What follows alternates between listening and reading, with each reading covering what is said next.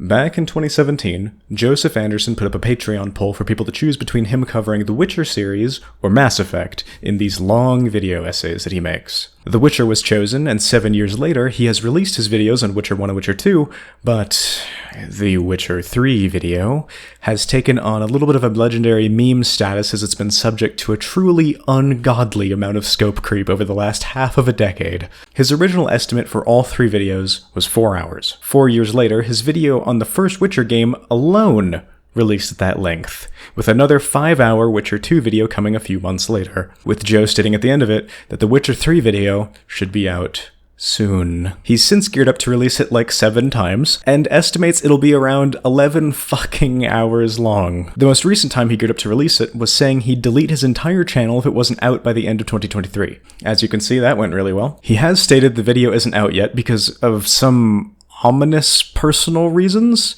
He says it's a bit of a catch-22, and that if he says why, people would agree that it was too personal to share. And this, logically, leads me to conclude that Joe must be currently being hunted by the Moncton mob. Here's the timeline. Anderson starts work on the Witcher videos in 2017. Shortly after, he and his family moved to Moncton in Canada. The Moncton mob, running routine diagnostics, noticed the only house in the entire city consistently uploading a shit ton of data to the internet, and realize it's Joseph Anderson shortly after he started streaming. Realizing the Witcher videos are potentially the biggest export Moncton had ever had, the mob intimidates him, forcing him to make it longer, make it bigger, and make it better. Being both British and now Canadian, it is literally physically impossible for him to say no, and so Joe agrees. Over the years, their demands grow larger and larger. They want a 30-hour video covering literally every single line of dialogue, but obviously that is far too much work. He only wants to cover every other line. And in 2020, there was hope. He evaded the mob's threats and managed to put out the first 2 Witcher videos. He had to go into exile, of course, and since has been streaming from a remote shack in the Canadian wilderness. He could only take what he found most dear, of course, and so he brought with him a few thousand copies of the Witcher books, which he bought in bulk.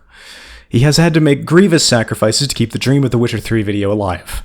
His shack is powered by nothing but a furnace oven, and so he's had to constantly feed it with his copies of the Witcher books.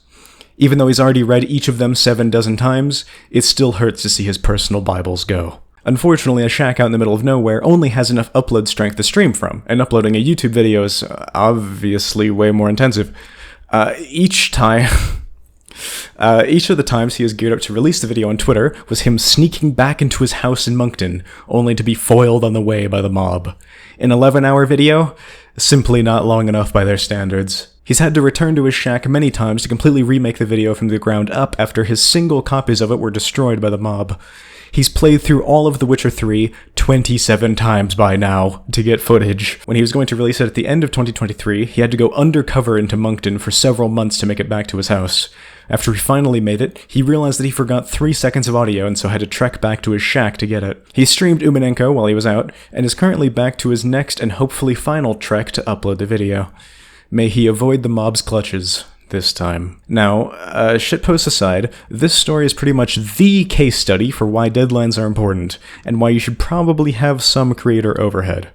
It's really easy to say, I want to make this project bigger, but each time you say that, it gets exponentially harder to finish, and when you say that once a month for 7 years, it's going to be rough. In December 2023, he made this Reddit post talking about this, and I am a little horrified by it.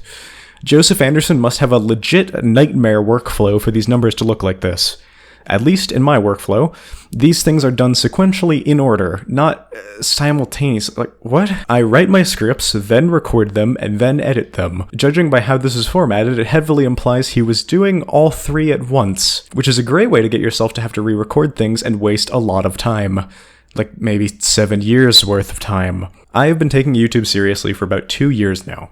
If I instead devoted all the time I spent making 100 different projects into one massive mega project like this, I would have less than a third of it done if I worked on Joseph Anderson time. Joseph Anderson single-handedly taught me that more projects is better than big projects. Would you rather have all of these or 1/3 of a video?